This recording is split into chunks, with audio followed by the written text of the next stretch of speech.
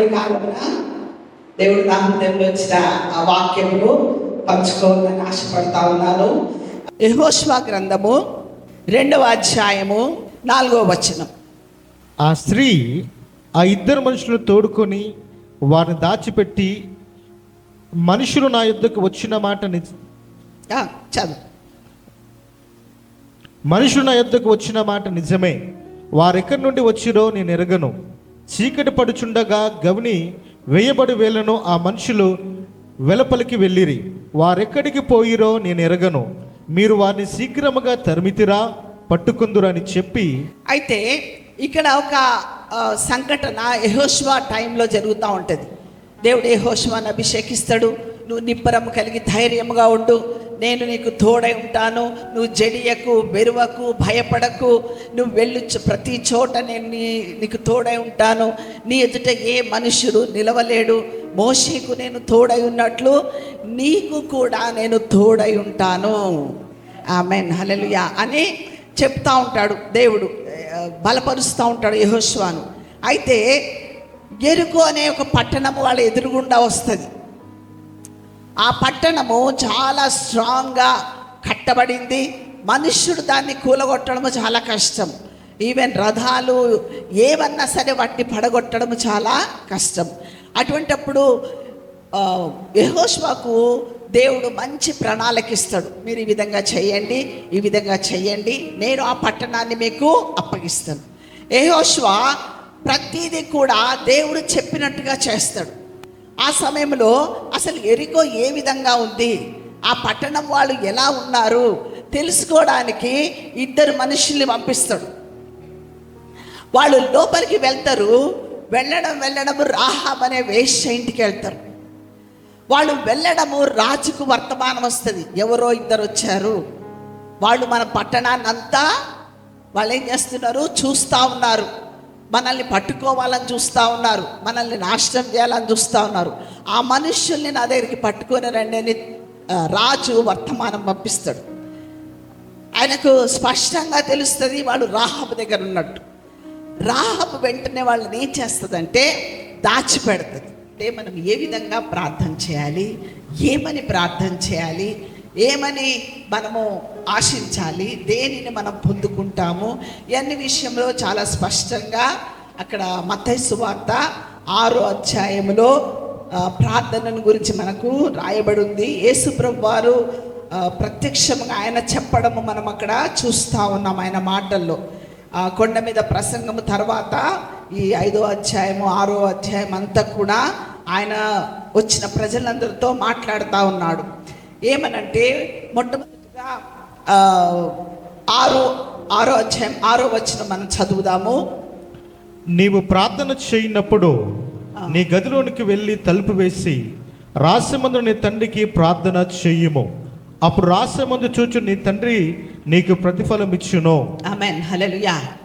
ఒక మాట ఏమని రాయబడుందంటే, నువ్వు ప్రార్థన చేయనప్పుడు నీ గదిలోనికి వెళ్ళి తలుపు వేసుకొని రహస్యమందున్న నీ తండ్రికి ప్రార్థన చేయము, అప్పుడు రహస్యమందున్న నీ తండ్రి నీకు ప్రతిఫలం ఇచ్చును. ఆమేన్, హల్లెలూయా. అంటే నువ్వు ఏ విధంగా ప్రార్థన చేయాలి, రహస్యమందు నీ తండ్రికి నువ్వు ప్రార్థన చేయాలి. అక్కడ ఆల్రెడీ రహస్యమందు నీ కొరకు వేచి ఉన్న నీ తండ్రి అక్కడ ఉంటాడు అని అక్కడ లేఖనంలో రాయబడింది. అంటే హీస్ వెయిటింగ్ ఫర్ యూ. నువ్వు ఎప్పుడు వస్తావా, ఎప్పుడు ప్రార్థన చేస్తావా. అయితే ఆ ప్రార్థన చేసిన తర్వాత కూడా ఇంకొక మాట రాయబడింది ఏంటంటే, రహస్యమందు చూచు నీ తండ్రి నీకు ప్రతిఫలం ఇచ్చును. ఆమేన్, హల్లెలూయా. ఇంకొక వచనంలో రాయబడి ఉంది మత్తయి సువార్త 6వ అధ్యాయం 3వ వచనం. 6వ అధ్యాయం 3వ వచనం మనం చదివినట్లయితే, నీవైతే ధర్మము చేయనప్పుడు నీ ధర్మము రహస్యముగా ఉన్న నిమిత్తము నీ కుడి చేయి చేయనది నీ ఎడమ చేతికి తెలియబడకుండవలెను. అట్లయితే రహస్యమందు చూచి నీ తండ్రి నీకు ప్రతిఫలం ఇచ్చును.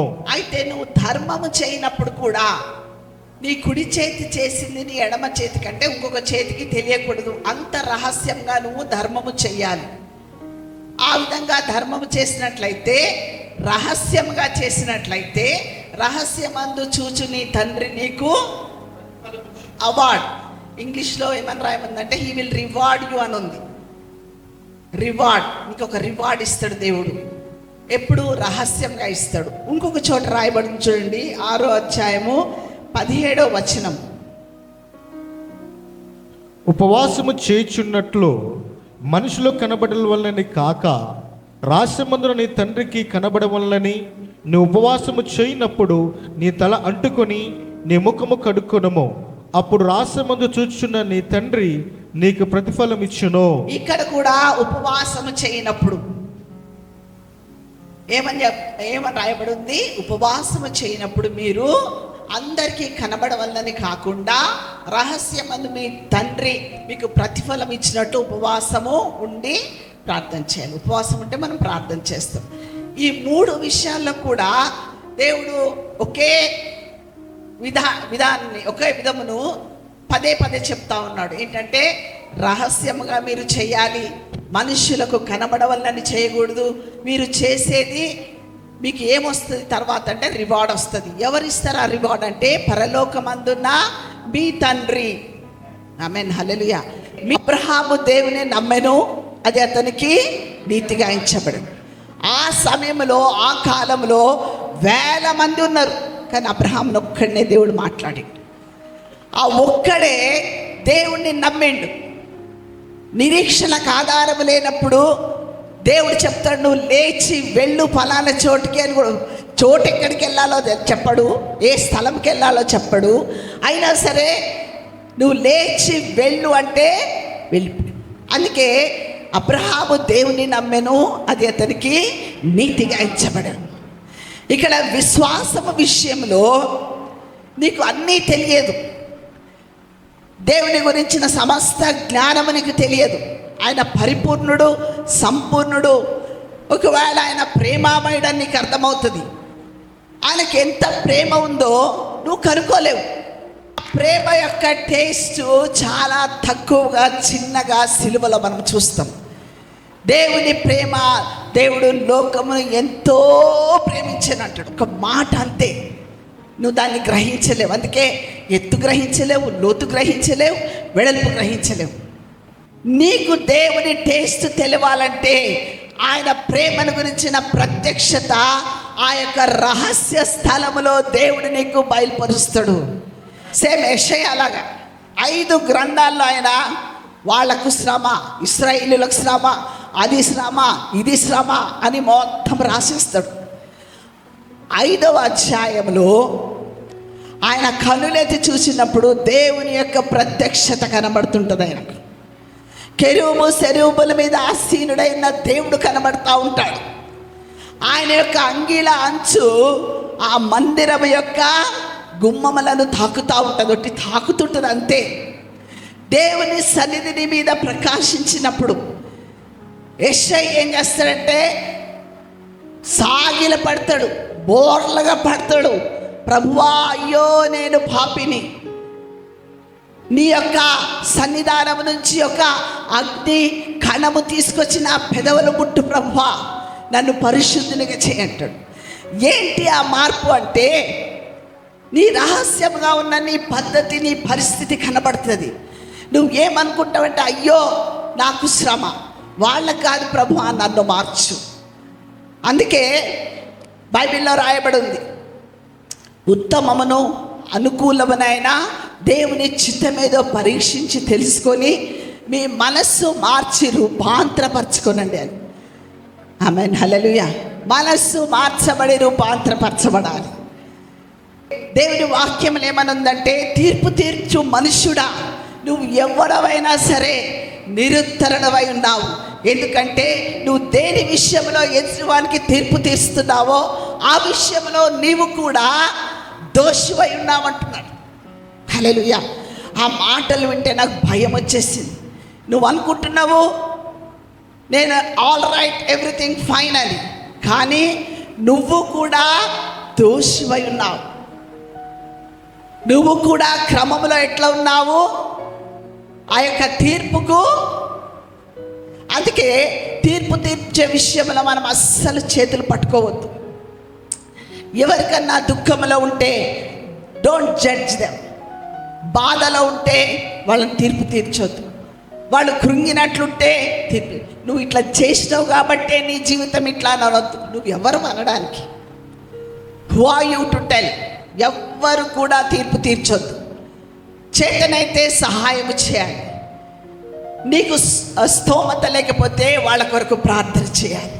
క్షమించు ప్రభువా, వాళ్ళని ఆ యొక్క కీడు నుంచి తప్పించు ప్రభువా. చాలా మంచి ప్రార్థన అది. ఆమెన్, హల్లెలూయా. నో వన్ నోస్, పక్కనున్న ఏ వ్యక్తికి కూడా తెలియదు నీ యొక్క రిపేరింగ్. నువ్వు ఎవరితో రిపేరింగ్ చేసుకోవాలి, ఎవరితో సమాధాన పడాలంటే నీ సృష్టికర్త అయిన నీ దేవుడు, నీ కొరకు ప్రాణం పెట్టిన నీ యేసయ్యతో నువ్వు సమాధాన పడాలి. అందుకొరకు ఆయన వచ్చి వెంటనే నిన్ను దేవుడు కోరుతుంది ఏంటంటే నీ అంతరంగము మార్పు చెందాలి. ఆంతర్యములో నువ్వు పరిశుద్ధంగా ఉండాలి. God doesn't look your out side. నీ పైనున్న దాన్ని చూడడు దేవుడు. నువ్వు 10 లక్షల చీర కట్టుకున్న ఆయన డోంట్ కేర్. ఎందుకంటే భూమి ఆయనది, ఆకాశం ఆయనది, వెండి ఆయనది, బంగారం ఆయనది. He's the creator, he's the owner of everything. ప్రతి దానికి ఆయన యజమానుడు. అటువంటి వ్యక్తి నీ దగ్గరికి వచ్చిందంటే నువ్వు చాలా చాలా ధన్యుడవు. నీకొకటే ఉండాలంటే రిపేర్ చేసుకోవాలి. ఇఫ్ యు రిపేర్ ఇట్, నువ్వు రిపేర్ చేసుకుంటే నీ అంత ధన్యుడు ఇంకొకరు ఉండరు. ఆమెన్, హల్లెలూయా. రాహాబ్ ఏం చేసిందంటే దేవుని యొక్క భయం ఆమెలోనికి వచ్చింది. ఆ భయం ఆమెకు విశ్వాసం కలిగించింది. ఆ విశ్వాసంతో ఆమె ఏం చేసిందంటే ఈ యొక్క 2 మనుషుల్ని దాచిపెట్టింది. ఆమెకు వచ్చిన రివార్డ్ ఏంటి తెలుసా? యేసు ప్రభు వంశావళిలో రాహాబు పేరు రాయబడ్డది. చెప్పండి కొట్టండి, హల్లెలూయా. మీరు ఎక్సైటింగ్ అయ్యారా? It's exciting thing. Great reward ఆమెకు వచ్చింది. ఆమె మనుషులందరితో వేశ్య అని ముద్ర వేయబడ్డది. ఆమె వృత్తి అది, ఆమె చెడ్డది, మంచిది కాదు అని ఎరికో పట్టణంలో ఆమె ముద్ర వేయబడ్డ ఒక స్త్రీ యేసుక్రీస్తు వారు ఈరోజు నువ్వు నేను ఆరాధిస్తున్న యేసుక్రీస్తు వారి వంశావళిలో ఆమె ఒక గొప్ప వ్యక్తిగా రాయబడ్డది. ఇంకొక వ్యక్తి ఉన్నాడు అదే గ్రంథంలో, యెహోషువ 6వ అధ్యాయము 17వ వచనం చదువుతాము. ఈ పట్టణము దీనిలోనున్నది యావత్తును యెహోవా వలన శపింపబడెను. రాహాబు అను వేశ్య మనము పంపిన దూతలను దాచిపెట్టిన గనుక ఆమెయు ఆమె ఇంటున్న వారందరూ మాత్రమే బ్రతుకుదురు. ఆమేన్, హల్లెలూయా. దేవుడు ఏమని చెప్తా ఉన్నాడంటే, యెహోవా దేవుడు ఎరికో పట్టణమనంతా శపించిన నేను, దానిలోది ఏది కూడా మీరు తీసుకోకూడదంట. కానీ 7వ అధ్యాయం 1వ వచనంలో ఏం జరిగిందో చూడండి.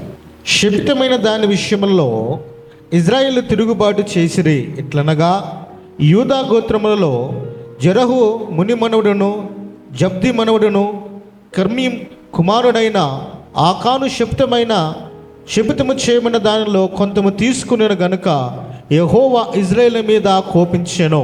హల్లెలూయా, హల్లెలూయా. అయితే ఆకాను తీసుకున్నది ఏంటంటే 24వ వచనంలో రాయబడి ఉంది.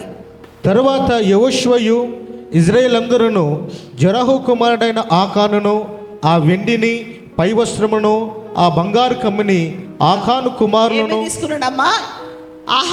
ఆకాను ఏం తీసుకున్నాడంటే వెండి తీసుకున్నాడు, కొద్దిగా ఒక పై వస్త్రం తీసుకున్నాడంట, మంచిది, అది చాలా ఫైన్గా ఉన్న పై వస్త్రం ఒకటి, తర్వాత ఒక బంగారు కమ్మి, అది మరి ముక్కు కమ్మియో తర్వాత చెవు కమ్మియో, మొత్తం మీద ఈ 3 వస్తువులు తీసుకున్నాడు.